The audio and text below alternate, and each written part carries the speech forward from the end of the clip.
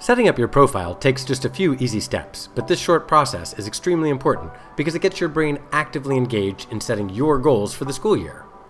First, fill in the information about your school and terms. If you know your school's terms, great, but if not, just name your terms and accept the default dates. You can come back and change these anytime. This school has a midterm progress report in the middle of first trimester, so I'll add that now. Next, set up your courses. Don't forget to choose a color for each course. Then, decide if you're going to track your grades. If you decide to set grade goals, set a realistic, achievable goal for each course so that you can reach it and feel good. You can then raise your goal for the next marking period if you like. Learning how to set challenging but achievable goals is extremely important for school and for life.